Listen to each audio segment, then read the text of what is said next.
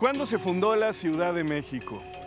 Usualmente pensamos en el mito fundacional de los mexicas, el águila, la serpiente, el nopal. Pero a decir verdad, la Cuenca de México, donde se asienta nuestra ciudad capital, es una de las regiones más antiguamente pobladas de América y la milenaria Cuicuilco, su primer gran centro urbano. No es cualquier cosa, estamos hablando de la primera gran ciudad que hubo en lo que hoy conocemos como Ciudad de México. Su basamento circular, que alcanza los 25 metros de altura, se le puede considerar prácticamente como el primer rascacielos, en una ciudad fundada hace más de 2.500 años y que en su etapa de mayor esplendor consideró a unas 20.000 personas, una verdadera megalópolis. Aunque la erupción del volcán Xitle hizo desaparecer esta gran ciudad, hoy sobrevive una interesante zona arqueológica en la alcaldía Tlalpan y hemos venido para preguntarnos si podemos considerar a Cuicuilco como la primera fundación de la Ciudad de México.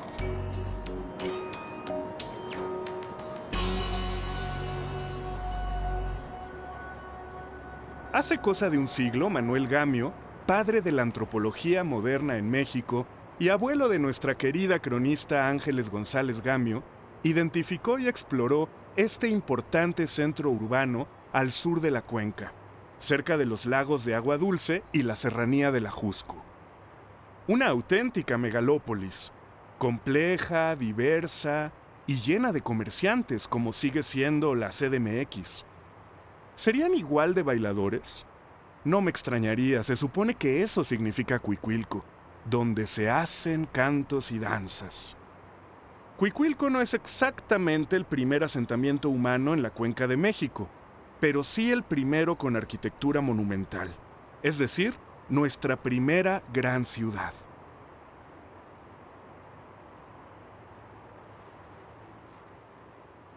Denia Sandoval, arqueóloga de Cuicuilco, te quiero hacer una pregunta. Mira, no quiero hablar mal de los mexicas, pero ¿no te parece que se llevan mucho el crédito como fundadores de lo que hoy conocemos como Ciudad de México?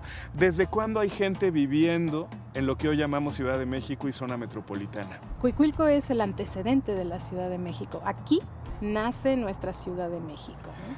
Este Cuicuilco, lo que nosotros tenemos como evidencia arqueológica, nos muestra que empezó como una pequeña aldea más o menos de unas 60 personas. ¿Hace más cuánto? o menos, pues cerca del año 1000 antes de nuestra era, es decir, hace 3000 años, ¿no?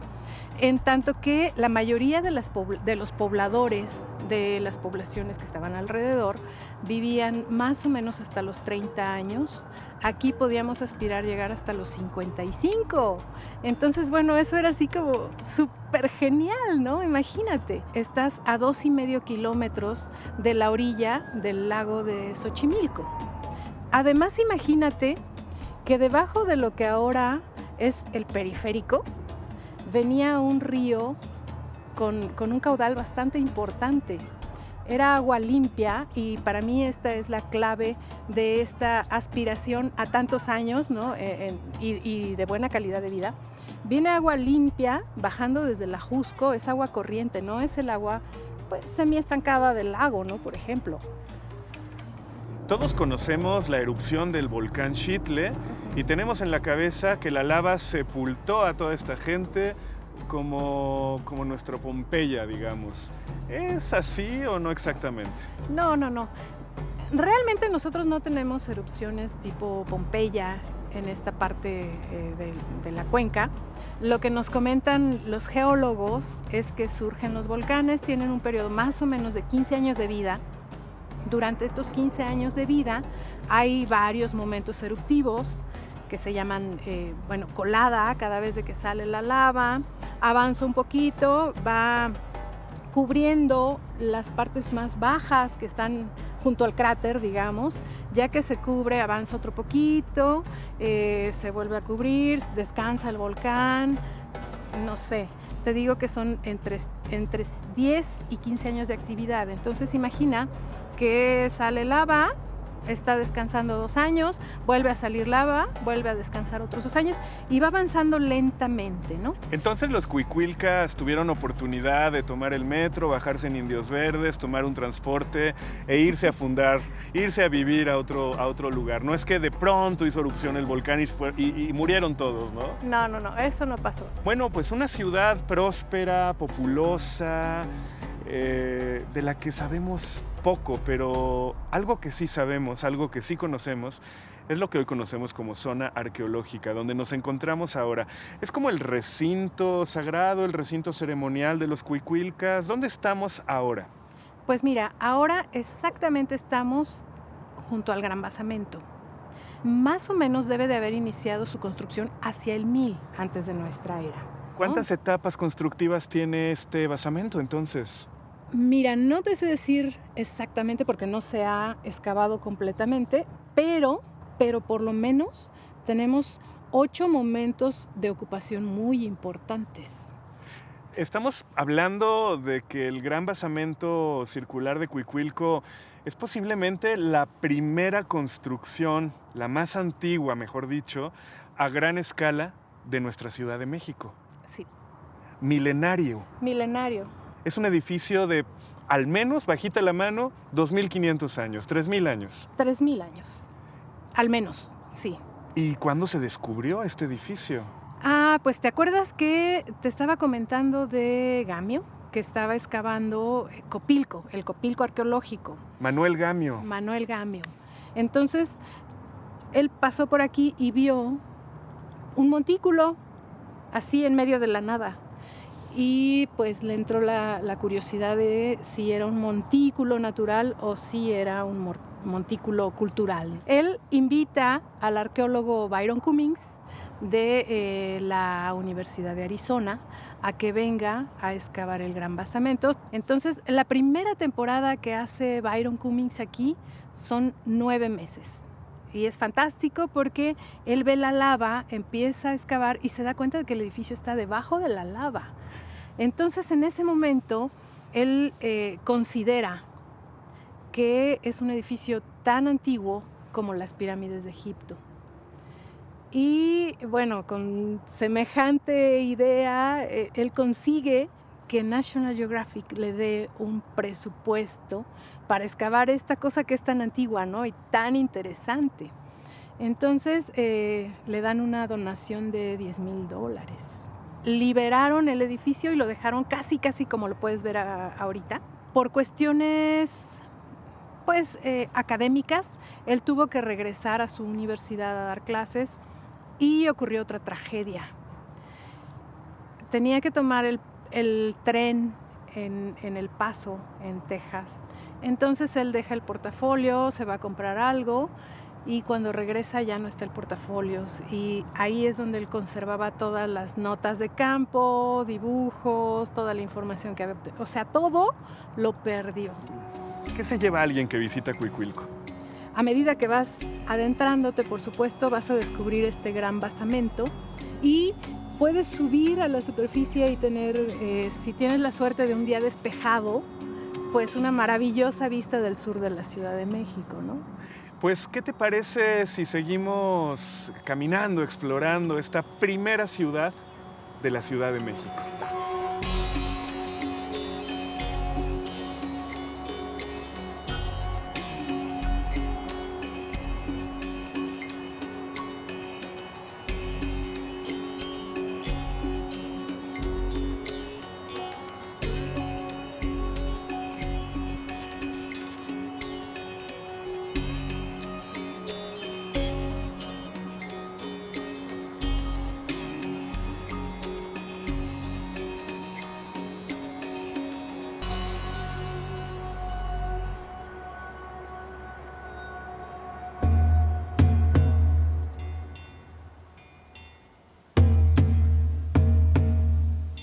En esta ciudad de ciudades, que es una auténtica constelación de pueblos originarios, contamos con varios mitos fundacionales. Pensemos, por ejemplo, en los primeros habitantes de Zacatenco hace más de 4,000 años, o la fundación de la ciudad de Culhuacán en Iztapalapa hace más de 1,000. Lo bueno es que sí contamos con una fundación que está muy bien documentada, que es la Fundación de los Mexicas, allá en el siglo XIV, en lo que hoy es el centro histórico. Ustedes conocen el emblema, está en nuestro escudo nacional, el águila, la serpiente y el famoso nopal, que no solo está en el escudo y en el imaginario de los mexicanos, también aparece en los códices. Por eso hemos venido hoy a la Biblioteca Nacional de Antropología e Historia para hablar con un experto en códices acerca de la migración de los mexicas y la fundación de Tenochtitlan. Vamos a hablar de códices, pues, con Baltasar Brito. Específicamente el códice Boturini o Tira de la Peregrinación. A ver, ¿por qué se llama Boturini como la calle de las taquerías? Boturini, don Lorenzo Boturini fue un personaje italiano que llegó en 1738 a la Nueva España y con el paso del tiempo se enamoró de dos cosas, de los códices y del culto a la Virgen de Guadalupe. Entonces, poco a poco, de manera paulatina, va haciendo la colección más importante de códices en honor a haber sido el más importante coleccionista y estudioso de códices de su tiempo, es que a uno de los manuscritos se le pone su nombre. ¿Qué nos cuenta el Códice Boturini? Bueno, es un códice fundacional en virtud de que este grupo que está representado en el códice en las 22 láminas es el que posteriormente funda la Ciudad de México, que ahora nos da nombre como país. Debemos de recordar que ellos llegan al finales del siglo XIII. Se encuentran con que ya casi todo está ocupado. Azcapotzalco, que es el lugar importante, vamos, el fuerte, el que domina a muchos de los otros pueblos, está peleando con otro gran y conocido Tlactuani, que es Nezahualcóyotl. Y entonces viene una serie de juegos políticos en donde los mexicas, como una fuerza guerrera importante, juegan un papel crucial, al grado tal que para 1428 se unen con Nezahualcóyotl y los texcocanos, con Tlaxcala y con Huejotzinco, entre otros muchos, y logran derrotar a Azcapotzalco. Ese es el papel que juegan estos personajes que en poco menos de 100 años ya dominaron a toda esta región, aunque debemos de darle crédito también a los aliados que tienen, en este caso Texcoco y Tlacopan. ¿Dónde pudo haber ocurrido esta fundación? Se ha estudiado, por ejemplo, que en las inmediaciones de San Pablo el Viejo, en la zona de San Pablo Teopan, en la Merced, en el Zócalo, hay quien cree que en el Templo Mayor. ¿Dónde pudo haber estado el Tenochtli y el signo, como tal? Bueno, en donde está el Templo Mayor. Sabemos de mitos en donde Huitzilopochtli pelea con su sobrino Copil, lo sacrifica y le da a un sacerdote el corazón y lo avienta en la laguna, y ahí exactamente surge el Tenochtli. Y ahí se hace a la postre, donde está el Tenochtli, se hace el primer templo. ¿Hay alguna imagen, algún personaje que te guste particularmente? Los que van cargando las deidades, por ejemplo, el sacerdote que los va guiando. ¿Hay alguna escena que a ti te impresione especialmente? Sí, bueno, todo tiene una referencia histórica en otros códices inclusive. Pero, por ejemplo, el papel de la mujer a mí me gusta mucho. Entre los 4 Teomama, que se llaman, que son los cargadores de la deidad, va una mujer, Chimalma, ¿no? Y es un papel fundamental el que la mujer tiene en este sentido en las migraciones. Pero tenemos, por ejemplo, en la parte ya más adelante, cuando son apresados los mexicas y ellos lloran en este espacio, ¿no? En este espacio los aprende Coxcoxtli, el señor de Culhuacán, y los llevan presos. Entonces aquí las mujeres, vestidas por cierto con ropa muy triste, muy heno, y ropa así de mucha pobreza que denota, pues lógicamente ante la tristeza de que los han apresado, pues están llorando entre los carrizos y entre los tulares, ¿no? Y aquí los vemos viviendo con los de Culhuacán, inclusive tienen matrimonios con ellos. Lógicamente, como los mandan a la guerra y en realidad trabajan como guerreros para Culhuacán, pues ellos deciden que no tienen futuro de esta manera y deciden salirse y después se van a la Merced y se van a la Mixiuca y están muchos años ahí hasta que finalmente se da lo que llamamos nosotros el portento de la fundación. Aquí ya no vemos la fundación de Tenochtitlan, pero en el códice originalmente sí aparecía. No lo sabemos porque este códice termina de manera abrupta con la salida de Culhuacán. Entonces, por otros códices que están en Francia, en Inglaterra, podemos reconstruir los 21 años que faltan antes de la fundación. Pero la escena del mendocino, por ejemplo, la lámina 2, es una escena increíble en donde aparece 51 años en unos cuadretes azules y aparece la fundación de México, que es increíble. Esa sola lámina podemos sacarle información, pero verdaderamente increíble, porque ahí claramente el Códice Mendocino dice que la fundación se da en el Zetecpatl, aunque no tiene la fecha. Pero ahí aparece el águila, los 4 rumbos del universo, que es muy importante, el águila en el centro, que es el 5º rumbo, ¿no? Pero hay una parte interesante que para mí es fundamental y que lo he dicho por ahí en alguna ocasión. El momento, el símbolo patrio que nosotros tenemos es la representación naturalista del momento exacto en el que Meshi o Huitzilopochtli aparece y funda la Ciudad de México, sella el pacto con los tenochcas representados por el señor Tenoch, pero no va devorando la serpiente. Es su Xiucoatl, es su símbolo real, es su símbolo de poder. Muchas gracias. Gracias a ustedes. Cuenta la leyenda que los mexicas salieron de la mítica ciudad de Aztlán en busca de una señal divina, pero también buscaban lo mismo que todo migrante hoy y siempre, una vida mejor. Y aquí la encontraron, en la región más transparente del aire. La Sala Mexica, corazón del Museo Nacional de Antropología, da cuenta de la fundación y el devenir de la opulenta civilización mexica en Tenochtitlan, Tlatelolco y más allá. Templos, palacios, mercados, escuelas, amplias calzadas, obras de ingeniería, chinampas y un arte que no deja indiferente a nadie. Casi puede olerse el copal, oírse el teponaztle, saborear las victorias.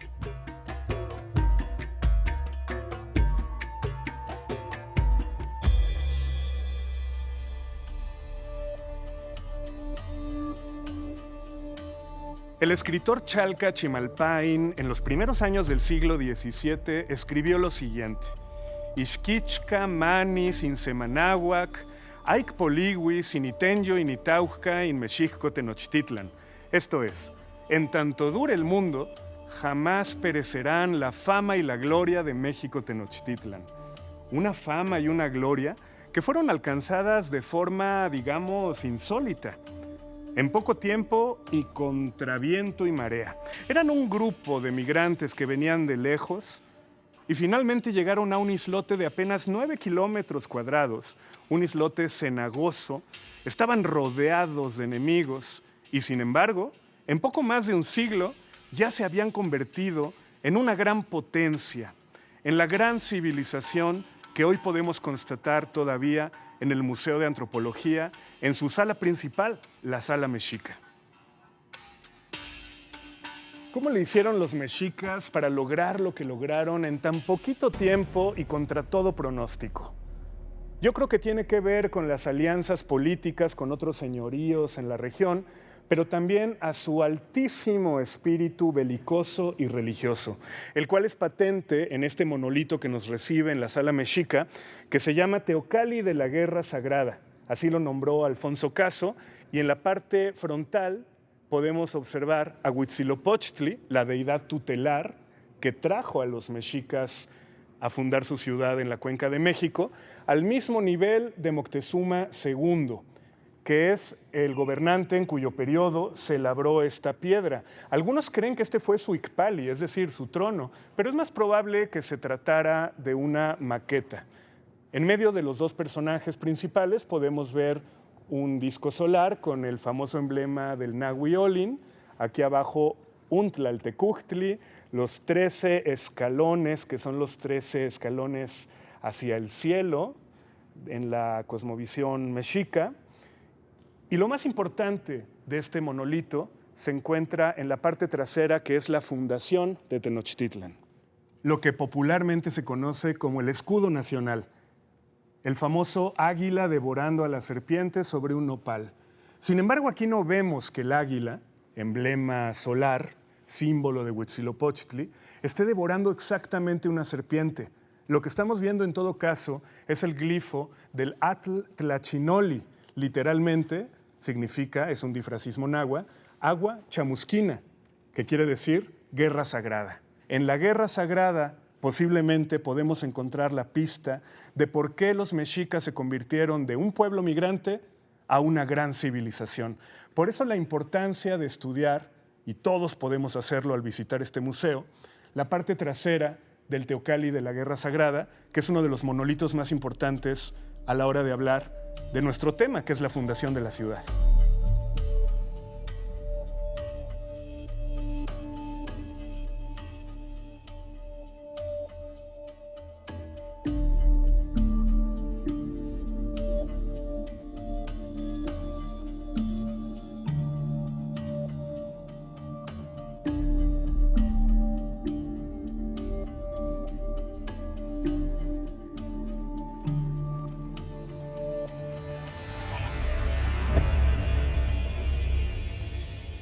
¿Qué fue de las deidades mexicas? Este Xochipilli, señor de las flores, me deja pensando qué queda actualmente de la gran civilización mexica.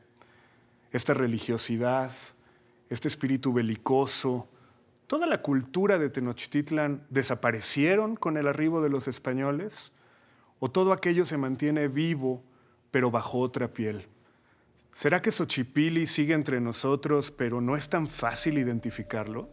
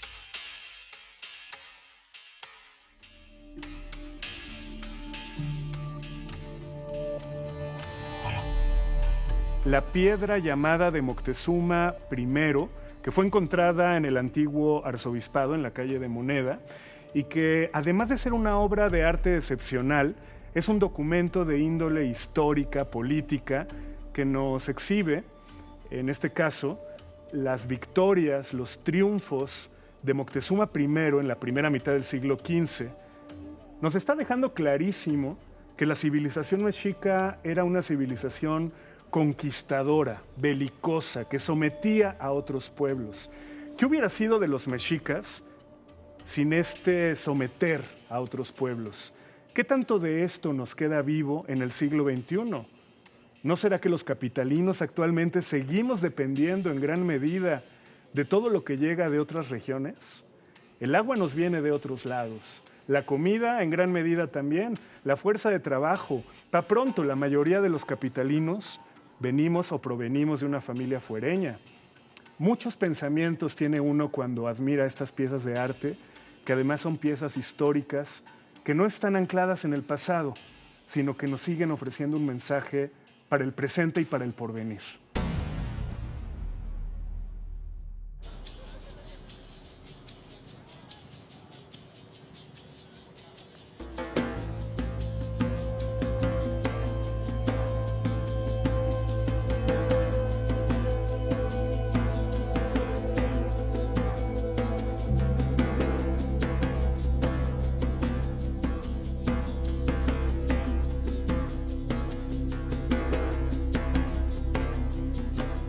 ¿Dónde estamos?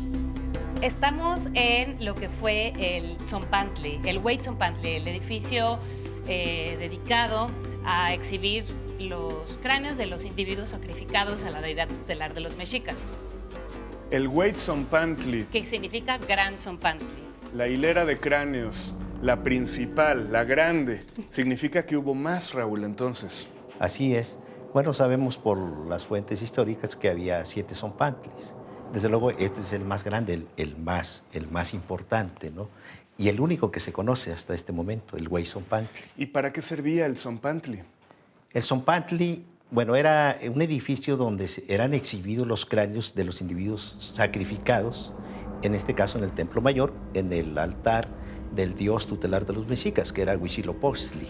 Hacía la extracción del corazón y el cuerpo era arrojado y la cabeza le era retirada posteriormente y los cráneos eran exhibidos aquí en el Hueytzompantli. Los sacrificios humanos son uno de esos temas peliagudos. Hay quien prefiere no hablar de eso, hay quien lo niega, hay quien lo exagera. ¿Qué nos muestra la arqueología, Lorena, acerca de ese súper tema que son los sacrificios humanos de los mexicas? En época prehispánica, muchas culturas, los huesos eran considerados como semillas de los seres humanos, así como está la semilla del maíz, la semilla del frijol. Los huesos son las semillas de los seres humanos. Específicamente la cabeza alberga una entidad anímica muy importante. El tonali. El tonali, exacto. Entonces, si tú combinas estas dos características de tonali y el hueso, pues tienes una semilla, ¿no? Una auténtica semilla para regenerar nuevos seres humanos. ¿Para qué quiero más seres humanos? Pues para seguir haciendo sacrificios. En el caso específico del Tzompantli, que está dedicado a Huitzilopochtli, el dios de la guerra, el sol, es una tarea imprescindible alimentar al sol, porque los seres humanos tienen esa responsabilidad en esta religión, alimentar a los dioses. Entonces, los mexicas eran responsables de alimentar al sol. Si no alimentamos al sol, ¿qué va a pasar? El sol se muere. Y si el sol se muere, ¿qué sucede? Todos nos vamos a morir. Entonces, donde nuestra mente occidental ve muerte, los mexicas lo que hacían, desde el punto de vista de la religión, era mantener con vida al sol para que entonces todos nos mantengamos con vida de esa manera, y el sol mismo, obviamente, ¿no? Esto tiene otras aristas, otras perspectivas, pero digamos, desde el punto de vista de la religión, eso es lo que yo podría platicarte. Si viajáramos a 1521, ¿qué impresión nos causaría? El Tzompantli debió haber sido un edificio profundamente impactante, verlo, estar presente, ¿no? Desde luego que era un templo sagrado, muy profundamente sagrado, pero por supuesto que también debió ser muy impactante el ver toda esta plataforma, este edificio alargado, de muy poca altura, porque ya lo sabíamos a través de las fuentes históricas, que el Tzompantli era un edificio arquitectónico de escasa altura, ¿no? De 2 cuerpos arquitectónicos, por lo menos es lo que sabemos, y que tenía una empalizada, una serie de postes que quizás tendrían 4 o 5 metros de altura, estas maderas, ¿no? Estos postes, y que se les hacían orificios a determinadas alturas y por ahí se metían unos travesaños con los cráneos que se les hacían orificios en los parietales y eran exhibidos estos cráneos, ¿no? Entonces, pues sí debió ser impactante, pero también provocar mucho respeto a esta exhibición de estos cráneos que, de acuerdo a su cosmovisión, todas estas personas que fueron sacrificadas pasan del mundo, dejan de ser, podríamos decir, personas, seres humanos, y pasan al mundo de los sagrados, a ser acompañantes de los dioses, de su dios en este caso.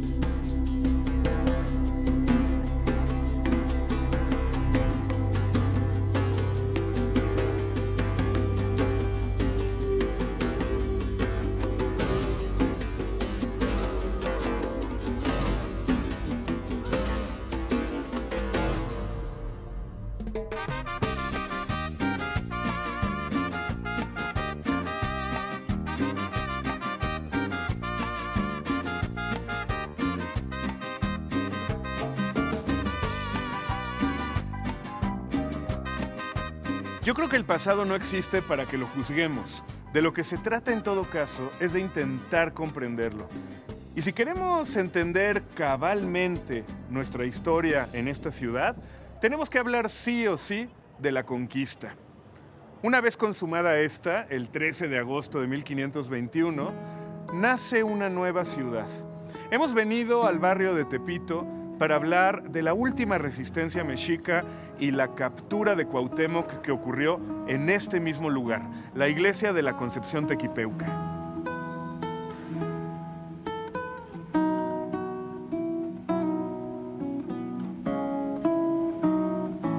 En este lugar donde, según la tradición, se capturó a Cuauhtémoc el 13 de agosto de 1521, nació la esclavitud. Esa es la etimología de Tequipeuca. La iglesia se llama la Concepción Tequipeuca. En Tepito son esclavos actualmente ¿de qué? Se nos consideran esclavos porque se nos ha reducido a una clase baja, a una clase aspiracional. Pero el tepiteño sí es un poco más libre que el ciudadano mexicano promedio. Érico Stark, fotógrafo, escritor, habitante de Tepito.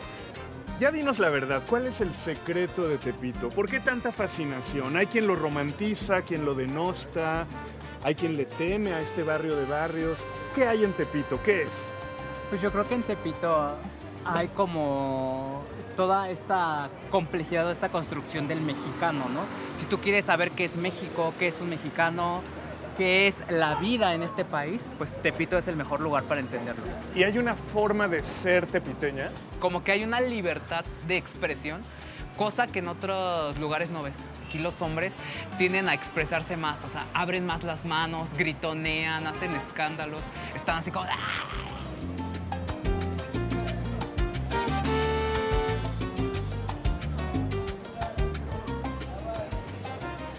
Fíjate, Érico, acá en la esquina de Santa Lucía y Constancia, tú conoces esta placa, tiene pues más de 100 años porque desde 1921 la pusieron, es una placa ya histórica. Consagró Cuauhtémoc este lugar diciendo a Hernán Cortés: quítame la vida con tu puñal, pues no pude perderla al defender mi reino. Según la tradición, eso ocurrió aquí. ¿Y tú crees que los tepiteños actualmente están al tanto y se sienten orgullosos de que aquí hubo ese encuentro tan importante? Como recordarás, tenemos esta cuestión o este estigma, ¿no? De estas raíces que nunca alcanzamos a tener, ¿no? Bien lo decía Octavio Paz en El laberinto de la soledad. Pero el ser tepiteño, el nacer con una raíz, yo creo que ya hay un cambio de tuerca y es como decir, miren, yo sí tengo mi raíz. Cuauhtémoc fue un héroe, fue una víctima. ¿Qué fue Cuauhtémoc? Cuauhtémoc fue un ícono. Es un ícono que todo mundo ha utilizado para darle forma a la identidad del mexicano. Es una forma de representarnos. Único héroe a la altura del arte, escribió López Velarde. Tú eres poeta. Sí. ¿Hay tradición de poesía en Tepito? Claro que hay una tradición. De hecho, el himno nacional se compuso aquí en Tepito. ¿En dónde? En la calle de González Bocanegra. En donde originalmente estuvo el paraje de Yacacolco, que es el cerco donde los últimos mexicas estaban resistiendo. Oye, tipazo Cuauhtémoc, ¿no? Cuando lo aborda el soldado García Holguín y luego llega Sandoval, él se para en su canoa y dice: no toquen a las mujeres, ni a los niños, ni se lleven las pertenencias, que yo soy el rey de México. Esa dignidad es muy tepiteña, ¿cierto? Sí, claro. Aquí, si tú vienes y quieres... No, a ver, respeto.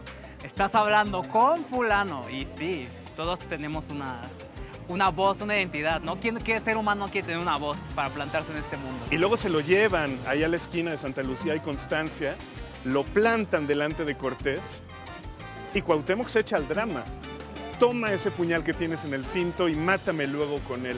¿Ese drama sigue aquí en Tepito vivo? Sí. ¿Son dramáticos los tepiteños? Sí, o sea, yo soy poeta, ¿de qué hablas? Yo soy un dramático, ¿no? ¿Qué nos puedes decir por último sobre la vendimia, el comercio?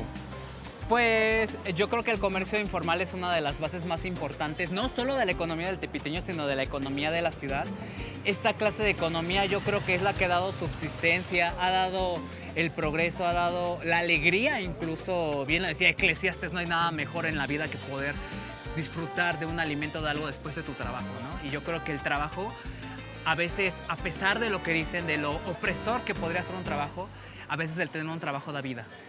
¿Que quieres tener carácter? Ven a Tepito, vive, trabaja, estúdiale y a ver si no sales más colmilludo. Para saber qué es Tepito, primero tienes que olvidar y tienes que quitarte todo lo que te han enseñado sobre Tepito. Ven y pues tú mismo conócelo, ¿no?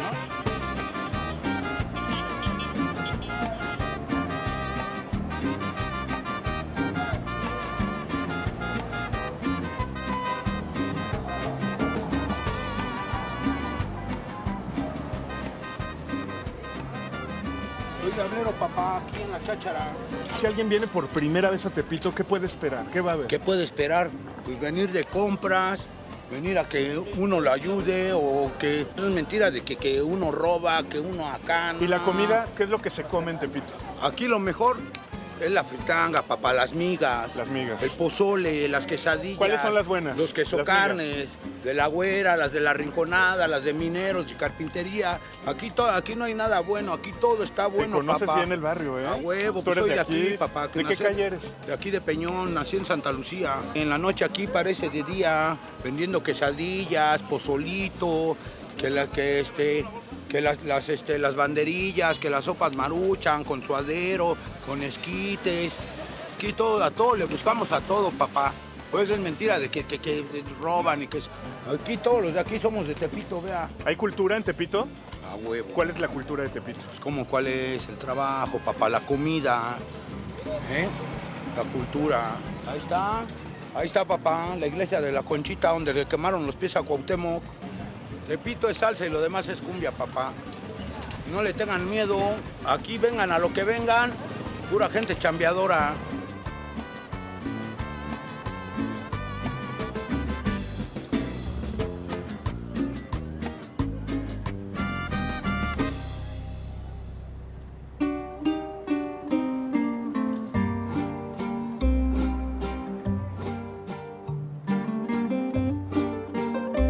Estamos en la hermosísima casa de Seminario 12.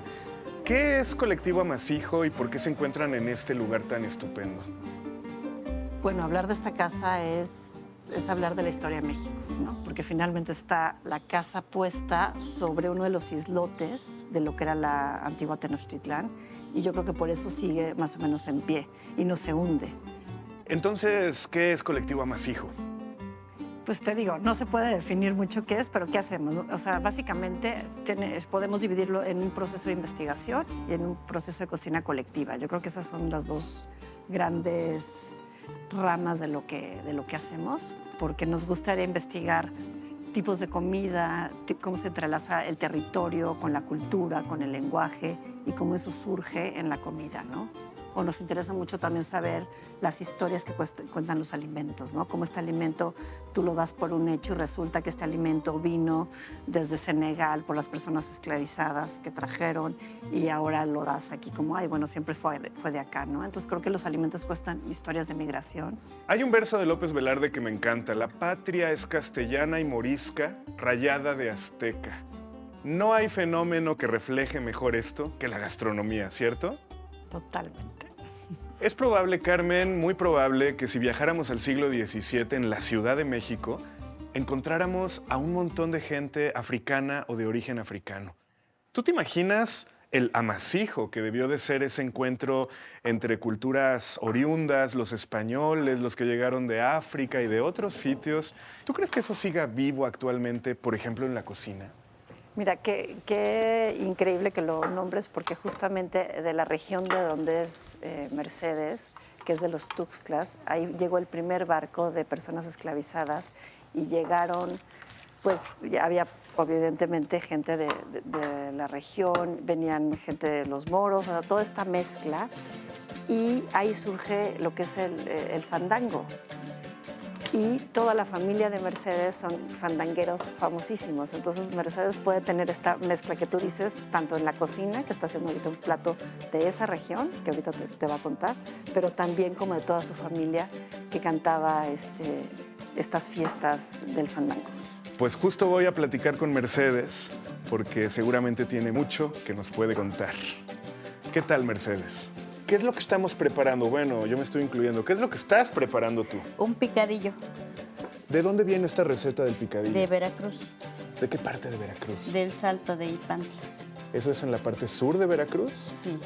¿Y qué ingredientes lleva este picadillo? Este lleva achiote, lleva verdurita, lleva esta hojita. Esta igual también es de allá.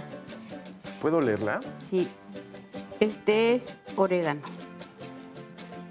Este es perejil Uy, qué bien huelen. y este es cebollín. Es increíble cómo cada uno tiene su Sí. propia esencia, su propio olor. ¿Y este rojo? Y este es achiote. Este se da también en un arbolito. ¿Qué historia cuenta, Mercedes, este platillo que estás preparando? Este platillo es que cuando allá da uno a luz, esto se le da uno a las señoras porque esto da leche para los bebés. Sí, y es muy bueno. Esto lleva masa, lleva masita. Ah, muy bien, Sí. perfecto. Pues Ajá. vamos a dejarte Ajá. Ah, lleva cocinar. comino. El comino. El comino hace que no le haga daño. El comino seguramente es una Es un- especia sí, es un... que vino de otra región del mundo. El comino seguramente no es originaria de esta región, No. sino que tal vez la trajeron de Asia, no lo sé.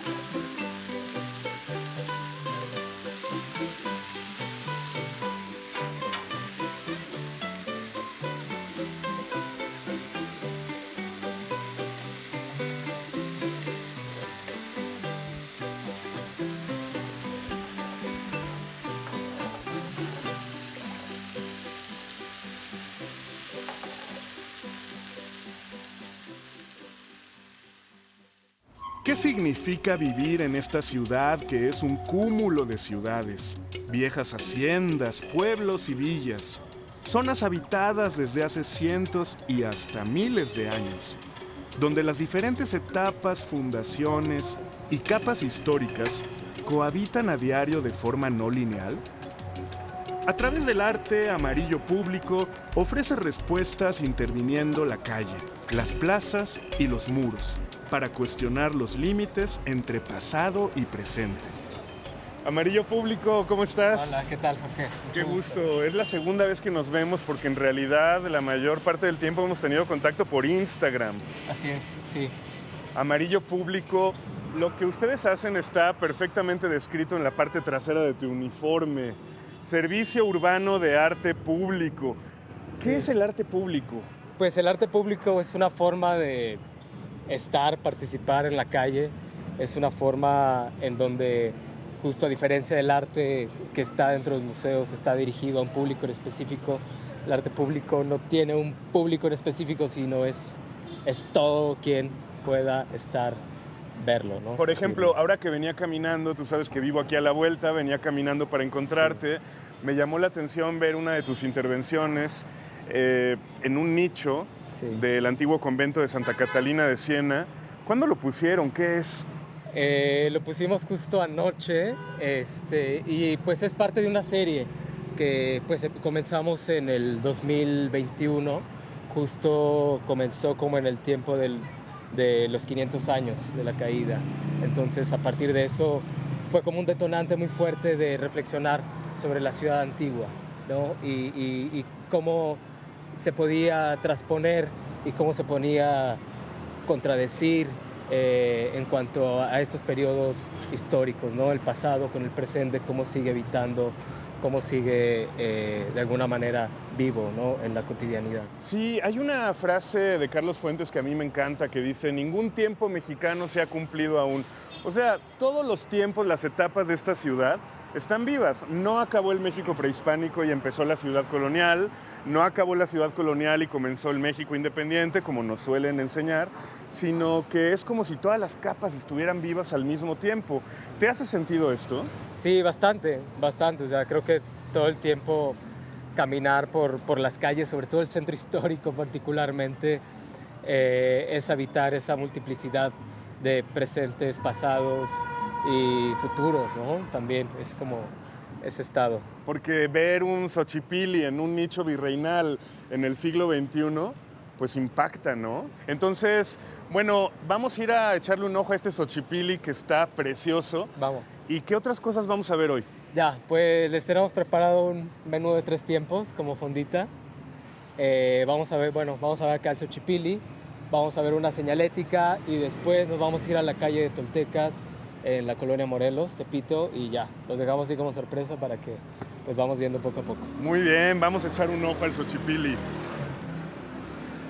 Y más allá de lo físico, de lo tangible, ¿tú crees que en nuestra mentalidad, nuestra forma de ser, de sentir, también estén vivas todas esas fundaciones, etapas de la ciudad? Somos un poco mexicas, pero también un poco españoles, pero también somos decimonónicos, etcétera. Sí, justo ahora que mencionas esto, o sea, muchas de este tipo de apariciones que de pronto nosotros estamos dejando, colocando, ¿no? En el proyecto es justo también pensar en otro tipo como de arqueología, no física, un tipo de arqueología de la memoria, un tipo de arqueología de la imaginación, ¿no? Donde estos símbolos y signos de pronto se aparecen de la nada y es un poco jugar con ese imaginario urbano, ¿no? Bueno, pues vamos a ver el otro sitio al que nos vas a llevar, ¿no? Vamos. ¿A dónde vamos? Vamos a la calle de 16 de septiembre y Bolívar. Estupendo, ¿verdad? vamos para allá. Venga. Muy bien.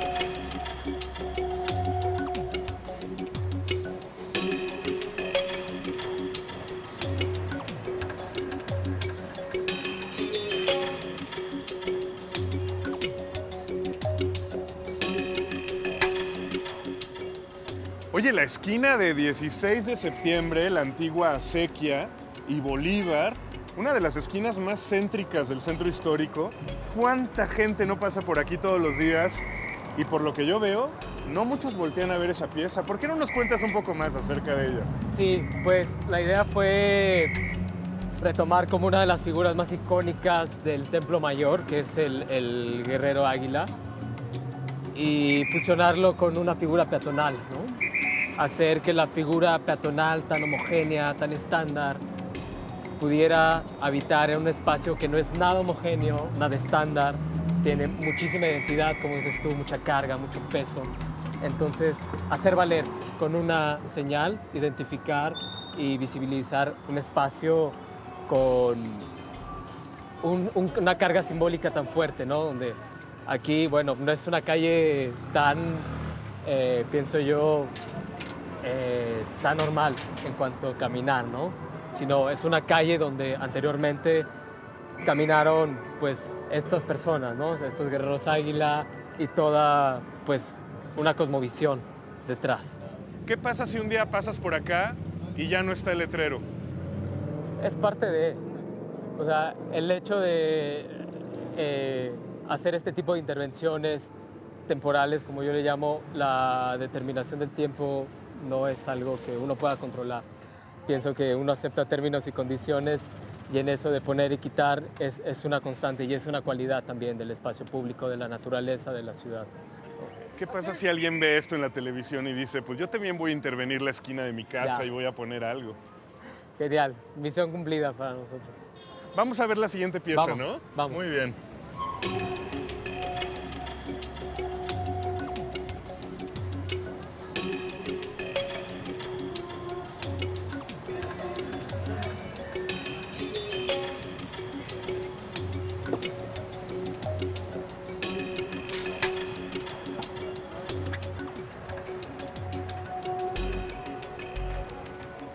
Amarillo Público, nos encontramos en el barrio de Tepito, aquí donde capturaron a Cuauhtémoc en 1521 y nace simbólicamente la ciudad española. La calle se llama Toltecas y tu pieza es de índole tolteca. ¿Qué onda con eso? Sí, así es. La intervención particularmente consiste en hacer una visita a todas las calles de nombre toltecas, que son como aproximadamente 5 o 7 calles, y es llevar estos atlantes como danzantes, yo les llamo. Una de las particularidades que a mí me gustó muchísimo es saber que en el pecho estos guerreros se protegían con el escudo de una mariposa. Lo poderoso y lo poético que hay en eso a mí me causa y me conmueve muchísimo. Y entonces pues la idea es que bailen, ¿no? Como un aleteo de mariposas y que estén en movimiento. En el arte público creo que no se trata de hacer imágenes, sino de crear situaciones, ¿no? Acontecimientos, y que la gente pueda interaccionar, actuar con esto. Acontecimientos, lo has dicho bien. A lo mejor ese es el material del que están hechas las ciudades. Gracias por venir y sigamos caminando. Sigamos, muchas gracias.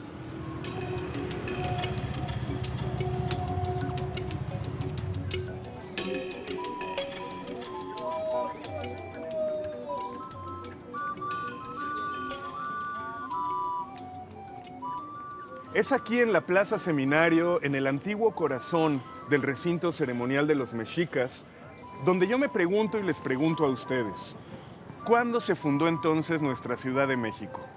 ¿Deberíamos tomar en cuenta las poblaciones que ya existían antes de la llegada de los mexicas? Por ejemplo, Cuicuilco, Azcapotzalco y otras importantes poblaciones antes del siglo XIV, o más bien cuando se funda Tenochtitlan, o más bien cuando se consuma la conquista en 1521. ¿Es entonces que se funda una nueva ciudad o se transforma una ciudad que ya existía? Es un problema muy grande que yo podría resolver de la siguiente manera. La Ciudad de México se funda todos los días cuando los capitalinos nos despertamos muy temprano para salir a trabajar. Esta ciudad la fundamos todos a diario.